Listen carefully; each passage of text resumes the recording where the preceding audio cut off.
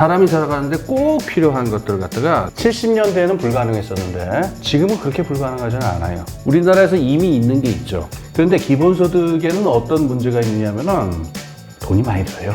차라리 줘버리는 게 낫다. 그럼 다음 선거에서 잘리는 거예요.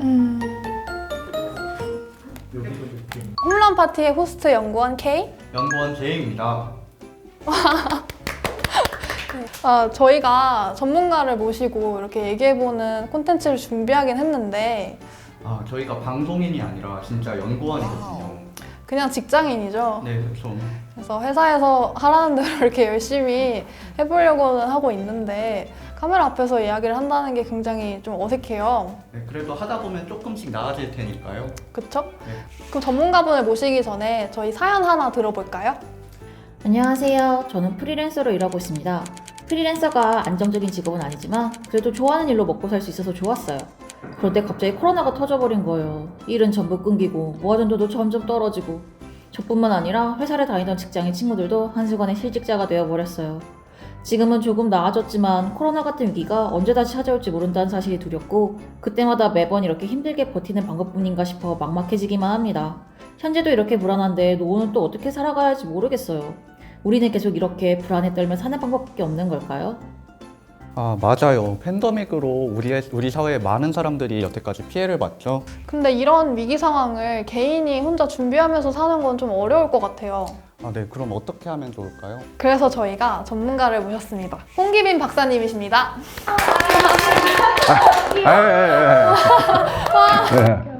반갑습니다. 네. 네. 안녕하세요, 박사님. 네, 안녕하세요.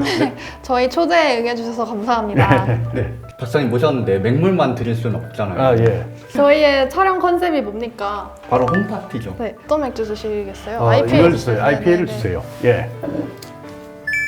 마신 거 해야지 정신이 조금 그렇죠. 긴장이 풀리고. 네. 자연스럽게 할 수 있어요. 그렇죠. 하고 네. 이게 이렇게 딱딱하게 하면은 네. 이거 자체가 개그 같아갖고 재밌어요. 그래요? 로봇처럼.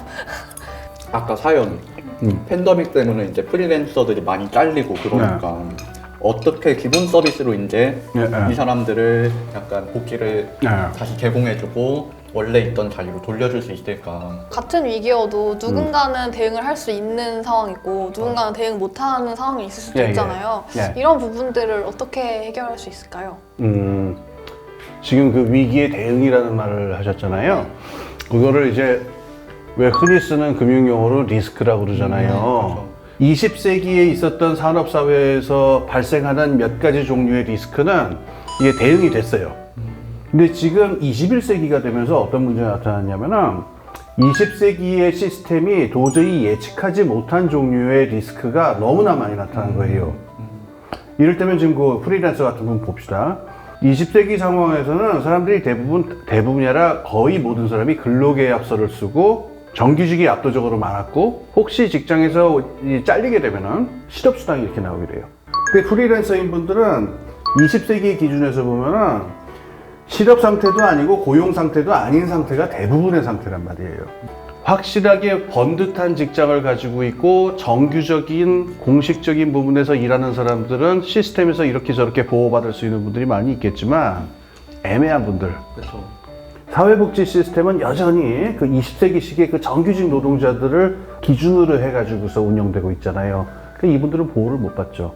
지금 우리가 만들고자 하는 그 사회복지 시스템이라는 게 은연중에 너무나 정규직 중심주의로 돼 있어서 이 보호받지 못하는 사람들에 대해서는 그럼 무슨 배려가 있고 무슨 준비를 하느냐. 그게 아마 이분이 제기하시는 그런 답답함하고 관련이 있을 것 같아요. 좀 축이고 그 다음 파트로 넘어가는 거였던. 이게 왜 마지막이에요? 시작이지? 그럼 기본 서비스 개념부터 먼저 네, 한번 개념. 듣고 갈까요? 솔직히 기본 서비스라 그러면은 기본 서비스가 뭘 해주길래 우리가 한번 이렇게 도입하면 좋은 건지 와닿을 수 있는 그 예를 하나 좀 들어볼게요. 네네네. 1997년에 유학을 갔는데 캐나다로요. 근데 이제 캐나다가 영어를 쓰잖아요. 그래서 영어 쓰는 데로 갔는데 나중에 몬트리올도 좀 살았지만 근데 제가 그 영어를 할 줄 알고 갔느냐? 전혀 아니에요. 캐나다 도착한 다음에 뭐 어떻게 할지는 준비를 딴 건 아무것도 안 하고 그냥 아파트를 예약을 해놓고 아파트 주소만 딱 가지고 그거 말고는 아무것도 없었어요. 배는 고프지. 그 다음에 우선 제일 먼저 이제 그렇게 있으니까 이제 화장실을 가야 되는데 휴지가 없어요. 가게를 이제 찾아가서 그럼 필요한 물건을 사와야 되잖아요. 화장실 어떻게 해야 되는지는 물어보지 마세요. 각자 상상하시고. 그래서 나와서 이렇게 돌아다니니까 식료품점이 네. 있다는 걸 발견을 하고 식자재들을 사왔어요. 식자재를 그냥 먹을 수는 없잖아요. 근데 제가 그때 너무너무 반갑고 고마웠던 게 있는데 제가 예약한 그 아파트 안에 냉장고랑 그 다음에 이 조리기구랑 접시랑 기본적인 게 있었어요. 갑자기 이런 얘기를 왜 하냐면은 돈이 설령 있다 하더라도 그 아무것도 할 수 없는 상태라는 게 있어요. 돈까지 없으면 어떻게 되겠어요? 그럼 큰일 나겠죠. 생존이 불가능하죠. 캐나다에서는 집으로 가면은 냉장고랑 그 다음에 레인지랑 그 다음에 뭐 기본적인 접시 몇 개 뭐 이런 것들은 있는 경우가 더 많았었어요. 사회 전체가 풀옵션이 돼 있으면 얼마나 좋을까. 돈이 없는 사람이라고 하더라도 절망하거나 집에 숨거나 하지 않고 뭔가를 좀 해볼 생각이 나고 이걸 하지 않겠느냐. 그래서 냉장고랑 레인지가 기본 옵션으로 장착돼 있듯이 사회 전체에다가 사람이 살아가는데 꼭 필요한 것들 갖다가 기본 옵션으로 장착해 놓자. 요게 기본 서비스의 개념이다. 이렇게 생각하시면 될 것 같아요. 이제 살아가는데 최소한의 것들을 필요한 서비스들을 기본으로 제공해 주는 그렇죠. 거 그런 것이 일단 기본 서비스다. 그렇죠. 그럼 이제 우리나라에는 이게 좀 어떻게 적용이 될 수 있는지 좀 궁금하거든요. 우리나라에서 이미 있는 게 있죠. 의료보험이죠. 아, 의료보험. 네. 치료비 때문에 무서워서 병원에 못 가는 사람은 없다라고 하는 게 지금 된 거잖아요. 네. 그럼 우리나라라는 사회에서는 그 의료 시스템은, 의료 서비스는 기본 옵션으로 장착이 된 거예요.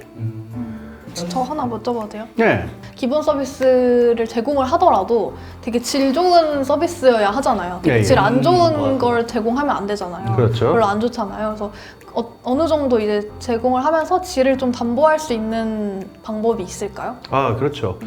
서비스의 질을 보장하는 건 굉장히 중요하죠. 그렇죠. 그러니까는 이게 지금 말씀하신 것처럼 우리가 그 옵션으로 장착을 했다고 그랬을 적에 이 서비스 관리가 어떻게 되느냐. 이거를 개선하는 방법이 얼마든지 있죠.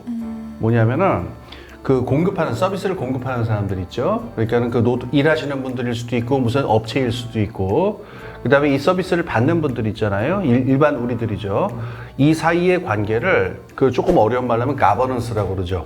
여기에 이해관계자들이 굉장히 많아요. 우선 돈을 대는 정부 지자체라든가 관공서도 있고 그 다음에 그 서비스가 제공되는 마을 사람들의 마을 자치회 같은 것도 있고 또는 지역에 있는 그 노인들이라든가 이런 사람들이 스스로의 이익을 보장하기 위해서 같이 뭉쳐서 이걸 만들 수도 있어요. 70년대에는 불가능했었는데 지금은 그렇게 불가능하지는 않아요. 그럼 어떤 차이가 있어요? 지금 이게 말하면 가버넌스라고 하는 개념이 없어가지고 네. 70년대에는 공공 서비스예요. 그냥 공공이 혼자서 일방적으로 그렇죠. 그냥 제공하는- 공무원들이 와서 관리하는 건데 네. 공무원들도 숫자가 제한되어 있고 근무 시간에 제한이 돼 있으니까 그러니까 이게 70년대의 문제였었던 거예요. 사람들이 공공하고 시장하고 사람들 이렇게 딱 세 가지밖에 없으니까 이걸 이 서비스의 질을 관리할 사람이 없어갖고 서비스 질이 계속 추락을 하거든요. 마을 사람들 조직도 있고 그다음에 여러 뭐 협동조합이라든가 마을 만들기 단체 같은 것들도 있고 그다음에 관공서에서도 지금 가버넌스의 개념이 있고 이 사람들이 같이 모여서 이야기를 하면은 이걸 민영화하지 않고도 서비스의 질을 유지할 수가 있게 되죠. 기본 서비스에 대해서 좀 들을 수 있는 의문점 같은 거를 네. 좀 이렇게 여기다 모아봤어요. 예. 우선 기본소득 얘기부터 좀 할게요. 아까 우리 프리랜서 얘기했잖아요. 기존에 있었던 그 정규직 위주의 20세기식의 그 사회보험 시스템으로는 보호가 안 되는 사람들이 너무너무 많아지니까 그러니까 기존의 복지 시스템에 얽매이지 말고 모든 사람에게 똑같은 액수의 돈을 일괄적으로 지급하자. 묻지도 따지지도 말고. 그러니까 이 아이디어가 나왔고 우리나라에서도 많은 사람들이 이걸 주장하는 분들이 계시니까 아마 들어보셨을 것 같아요. 그런데 기본소득에는 어떤 문제가 있느냐면은 돈이 많이 들어요. 그래서 뭐 기본소득을 뭐 얼마를 주느냐에 따라 가지고 뭐 이게 높낮이는 있습니다만은 대략 그 나라 GDP의 10%에서 30% 사이가 들어가요. 저는 개인적으로 언젠가 기본소득이 됐으면 좋겠고 이게 우리가 나아갈 방향이라고 생각을 하는데 당장 실현될 수 있을 거라고 생각하는 사람은 아무도 없죠. 그러면 기본소득 돈이 너무 많이 든다고 하시잖아요. 예, 예. 그러면 기본소득보다 기본 서비스를 하면 예. 조금 돈이 훨씬 덜 들게 되나요? 그렇죠. 훨씬 덜 들죠. 2017년에 그 영국 유니버시티 칼리지 대학에서 거기 있는 연구소에서 나온 보고서에 따르면요. 현행 복지 시스템을 기본 서비스 시스템으로 전환할 경우에 추가적으로 드는 비용은 정부 예산의 4% 정도가 추가적으로 든대요. 그러니까 들어가는 액수가 훨씬 적습니다. 기존에 나오고 있는 복지 지정을 갖다가 거기에다 4% 정도, 정부 예산의 4% 정도만 더 얹으면은 전환할 수 있다. 이렇게 계산하는 거예요. 그러면 그 현물로 제공되는 그런 생계 필요필품 이런 것들이요. 그냥 기본소득처럼 돈으로 주는 게 더 좋지 않을까라고 생각할 수도 있잖아요. 예. 아니라는 거를 좀 말씀을 한 두세 가지로 드려야 될 것 같아요. 네. 첫 번째는 뭐냐면은 똑같은 돈을 들이더라도 훨씬 더 풍요한 서비스를 만들어서 제공을 할 수가 있어요. 그래서 수혜자가 받는 그 효과를 갖다가 액수로 환산해서 비교를 하면은 한 8배, 9배 정도 차이가 나요. 또 다른 질문이 제가 네. 보기에는 어떤 기준을 세워서 꼭 필요한 사람들한테만 주자. 네. 우선 그분들을 그 선별하는 비용이 어마어마하게 들어갑니다. 그래서 그 비용을 하느니 차라리 줘버리는 게 낫다. 소득을 조사하고 뭘 조사하고 가족관계를 조사하고 이 난리를 치는 것보다 그냥 제공하게 하면은 이 비용이 사실은 거의 비슷하게 된다는 거고요. 두 번째, 이 점이 있는데 기본소득과 마찬가지예요. 이 현대 사회복지 시스템의 가장 큰 맹점인데 힘든 사람들에게만 이 복지를 준다 그러면요 노동의 동기가 사라져요. 딱 듣는 사람들 입장에서는 우리가 내야 할 세금이 너무 많아지는 거 아니냐. 예. 그러니까 어떤 종류의 사회복지 정책을 하든 간에 이제 돈 많은 사람들이 좀 더 세금을 내야 되고 뭐 등등 하는 건 변하지 않으니까 기본적인 얘기겠죠. 근데 그 기본소득 하는 것보다는 돈이 훨씬 덜 들어요. 그 다음에 기본 서비스에서 굉장히 중요한 특징은 뭐냐면은 사람들이 더 활동을 잘하고 더 활발하게 경제 활동을 더 활발하게 시장 경제에 참여할 수 있도록 밑받침을 해주는 거거든요.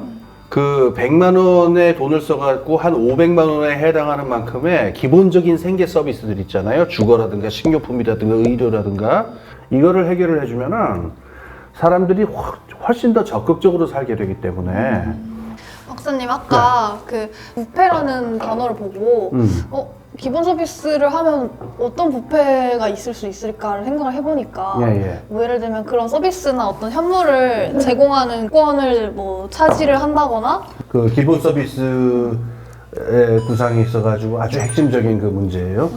그 부패 문제도 있고요. 아까 그 하신 질문이죠. 그 퀄리티, 그러니까 서비스의 질을 어떻게 담보할 것이냐.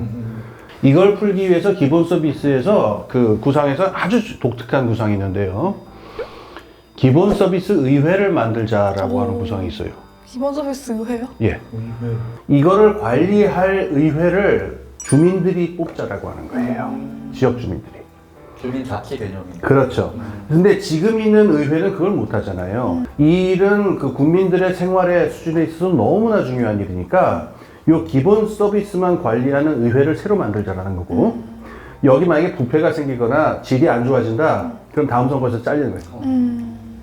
그래서 요 기본 서비스가 사실 추구하고 있는 그 부수적인 목표가 하나 있는데 지방자치제와 그 지역민주주의를 더 강화시키고자 하는 목적이 있어요. 우리 함께 이거 잘 만들어 봅시다라고 하면서 이 기본 서비스를 가지고 사람들 조직해서 식료품도 같이 하고 집도 같이 짓고 하면은 주민들하고 할 수 있는 일이 얼마나 많아지겠어요. 그러면 지역 민주주의가 함께 살아나겠죠. 옛날 그 개념 같네요. 사회적 자본 뭐 이런 개념 같네요. 그렇죠. 사회적 자본, 그 중요한 말씀하셨는데 지금 그 기본 서비스가 기본소득하고 차별을 짓는 굉장히 중요한 포인트예요. 기본소득은 하더라도 사회적 자본이 축적되지는 않아요. 왜냐면 사람들이 각자 그냥 자기 돈 받아가지고 자기가 알아서 그냥 술 다니면서 뭐 광국대 와가지고 술 먹고 뭐 그죠? 이거 감바스 이거 먹고 이러고 말면 끝나는 거니까. 근데 기본 서비스는 이거를 하기 위해서는 지역 주민들이 함께 힘을 모아야 되고 사회적 자본이 축적이 돼야만 자기들 삶의 질이 올라간다는 걸 알기 때문에 사회적 자본의 축적을 함께 가져오게 된다는 장점이 있어요. 이제 전체적인 그림에서 이제 어떻게 좋아질 것이냐, 무슨 효과를 기대할 수 있을 것이냐. 지금 우리나라에 만약에 이걸 시행을 한다 그러면은 어떤 일이 가능하냐면은 우리가 정치적인 투표권도 쥐어야 되지만은 시장에 참여할 수 있어야 될 거 아니에요. 그래가지고 자기가 경제 생활을 자기 힘으로 스스로 할 수 있는 그런 그 권리가 보장이 되어야 되잖아요. 이 기본 서비스라고 하는 거는 사람들 기본적인 생활을 갖다가 밑에 깔아주니까 생활비가 확 줄어들잖아요. 들어가는 생활비가. 그러니까 해볼 수 있는 일도 과감하게 해볼 수 있는 일도 늘어나고 여러 가지 아까 말한 프리랜서 같은 분은 그런 위협을 당한다 하더라도 위축되거나 두려워하지 않고 과감한 시도들을 해볼 수가 있게 되죠. 활기찬 사회가 올 거예요. 자, 그런 사회가 조금이라도 빨리 왔으면 좋겠는데. 이거 네. 뭐 이거 아유 고생하셨습니다.